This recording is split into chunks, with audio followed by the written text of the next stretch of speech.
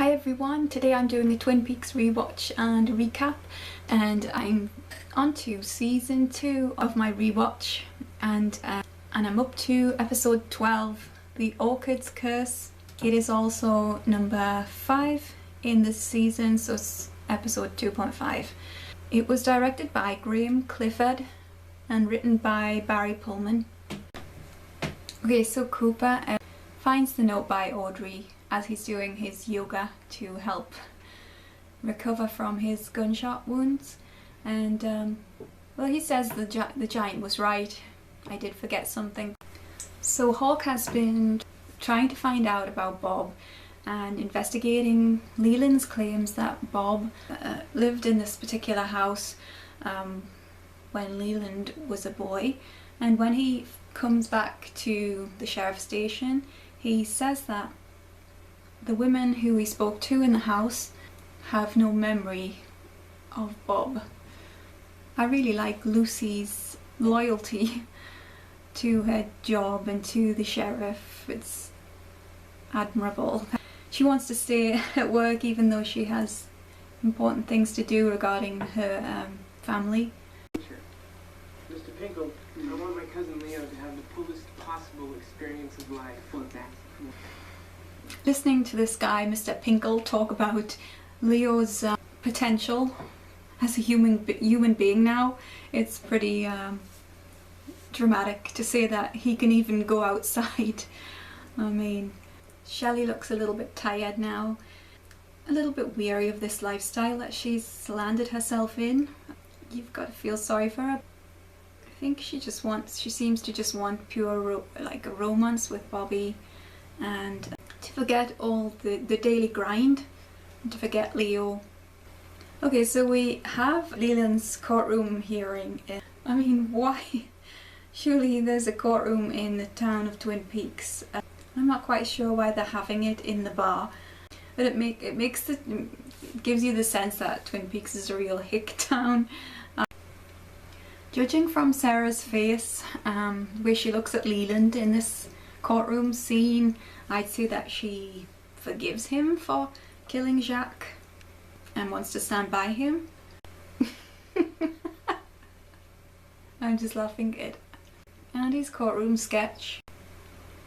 Yeah, I'm sure Harold doesn't actually need Meals on Wheels, because the way I see it, Meals on Wheels is kind of like for people who can't get into a kitchen and cook, who have maybe physical disabilities. Clearly there's nothing wrong with Harold, so he would be able to make his own meal if he had the food. So I guess all he would need would be a shopping service. I don't know if they actually had things like shopping delivery services when Twin Peaks actually aired. It does make you think a little bit that maybe he wants the Meals on Wheels service because he knows that someone will come to the house and talk to him and become his friend or more. If his statement about, you know, people telling him their stories is true, then perhaps the Meals on Wheels service is almost like a lure, a fish hook. Okay, so Donna, she kind of looks all Sharon Stone-ish in this scene, crossing her legs and looking all sexy. Clearly she is trying it on with Harold because she has an aim in mind to try and find out about Laura's diary. She's playing the game very well. Harold is pretty hysterical when Donna takes the diary. When he steps outside, it's almost like he has a physical reaction to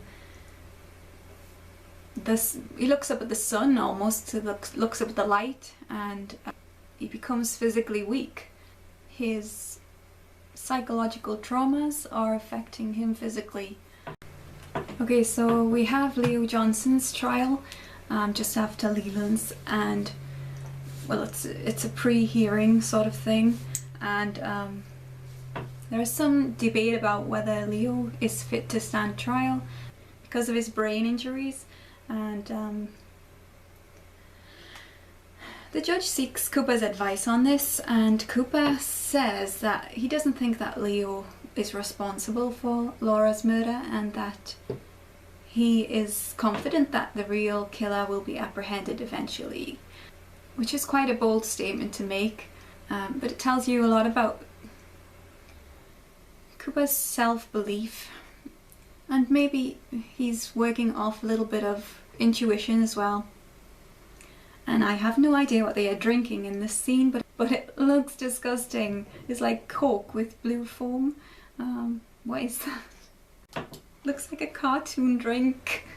It's just a tiny bit of what it might be called sexism in this scene, where they are at the bar. First of all, they make Sid make them the drinks, and then the judge calls Shelley a little lady, which is just slightly insulting for a modern day woman, I think. And the judge makes an unusual comment to Cooper about advising him to keep his eyes on the woods, and he says that although the woods are wondrous, they are strange, which sounds pretty ominous, and it's a strange thing for a professional man to say to another professional man. And I think that just tells you the strength of the supernatural weirdness in Twin Peaks, that, you know, even men of this stature are willing to admit to it, you know. So Nadine is on another level of insanity, and this super strength thing starts up. We saw a little of it before, but obviously the comedy of it is really ramped up now. Things I've noticed in this episode, the props in Twin Peaks. They're so authentic, you know, especially in the Great Northern. We have all this taxidermy and wooden ornaments, carvings that give you a sense that this is kind of this land, this place has a lot of history, a cultural history, and also that it has not been touched by modernity, if that's a thing. Okay, so Donna decides that even though she likes Harold, finding Laura's diary and getting her hands on Laura's diary is more important than what is going to occur when she tricks Harold. Whether that says she's still living in the past a little bit, still holding on to Laura, I'm not sure. Maybe she feels like she can't let go of Laura until she knows what happened to her, who killed her. Maybe she feels that once Laura's murder is solved, that Madeline will leave and that she and James will be alone again. Harry, this scene with Andy talking to the doctor about his sperm count, and he screams, "I'm a whole damn town," and Harry comes by, and the look he gives Andy is just, yeah, okay, whatever. It makes you wonder why Andy was ever employed at the sheriff's station. Interesting that Maddie refers to her aunt and uncle's house now as home, because she's almost like slipped into Laura's place in that family unit. Harold writes these diaries as if he's like a psychiatrist listening to someone's confessions, but clearly when he's hearing this story from Donna, he is getting titillated, excited. Jesus. The weaponry used by Sheriff Truman is a little bit extreme, but sees the owl just before they raid One-Eyed Jack's, and he looks worried a little bit, as though he understands that hearing the owl and seeing the owl means something. Okay, so Donna and Harold are sort of, there's a lot of sexual imagery involved with the description, the explanation of the orchid. So the kiss between Harold and Donna seems like they are both enjoying it, although Harold has this strange reaction and leaves, allowing Donna to give the signal to Madeline that it's okay to come in and take Laura's secret diary. You know, in One Eye Jacks, Cooper looks distraught to see Audrey in the state that she's in, and you almost think he's going to be so entranced by caring for her that he doesn't see this woman about to attack him with a knife, but seems to have this sixth sense that she is going to pull a knife and manages to save Audrey. Hawk showing up and I don't know what the name for that is, like throwing his knife in the back of the guy, is kind of very much harking back to centuries ago when this was how people used weapons. I think they were trying to portray that Hawk is in touch with his cultural ancestors. Maybe. Harold runs out with the trowel, which he appears to be going to use as a weapon against the girls. I always find that scene where Harold draws the trowel across his face a little badly done, because you can see that the fork has the blood drips already on it, and in fact he touches his face with it just prior to scraping it down the cheek, and you can see that he's left the red mark already. It kind of wasn't very technically advanced, let's say.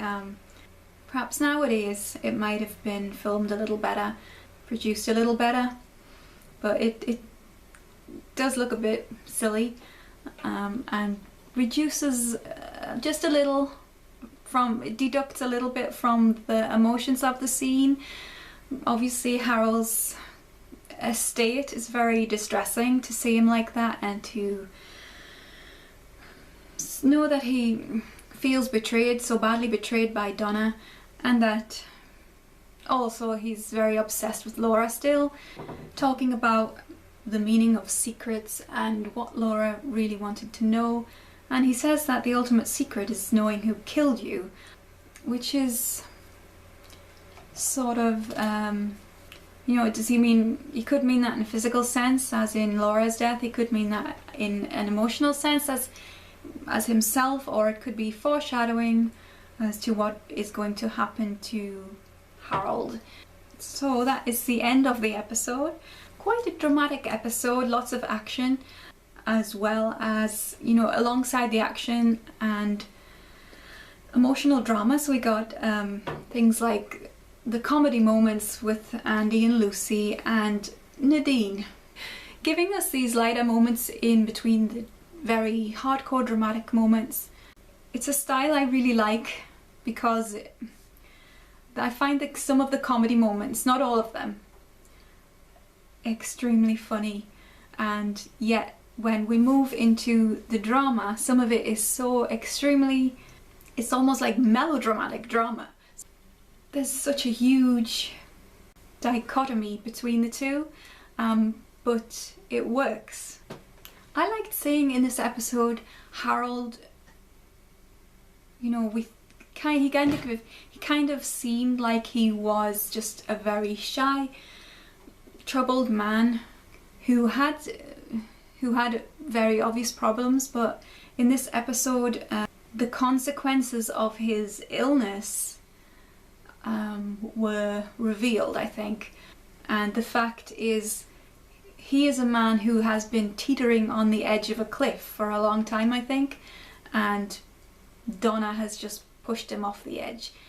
There was also comedy moments with sort of like black comedy almost, with Leo and Shelley, because it was hard to laugh at things like Bobby in the hydraulic chairlift, because Shelley looked so distraught and weary. She just looked spent, like she just wanted this to be all over. I really liked the action with the guys at One Eye Jacks, Cooper, Hawk and Sheriff Truman. It felt really kind of old school, you know, let's stage a rescue and we'll use our knives. brute power to find this helpless little girl. Nadine's life is kind of painful because of the fact that Ed is not fully engaged in their relationship, and perhaps she is somehow, you get the sense that she, you know, from past episodes, you get the sense that she is unfulfilled career-wise, and she doesn't have the mental capacity perhaps to have engineered that kind of lifestyle, and yet this is a frustration she has pushed inside of herself and she's living with, and it's manifesting itself in her behaviours. And you can't kind of laugh at Nadine. You can kind of laugh at what she does, but you can't laugh at who she is. Again, you also have Ed and James in that situation, and having to cope with Nadine doesn't look like a lot of fun for them. So I feel especially sorry for James because he seems like an abandoned orphan. You know, his mother's not there, his father's not there. He's been left with his extended family, and I think James is such a nice guy that he deserves a little bit of a quieter life. I did think that, you know, I mentioned it just before, but on the scale of masculinity and femininity, this episode felt like the pointer on that scale went all the way over to masculinity.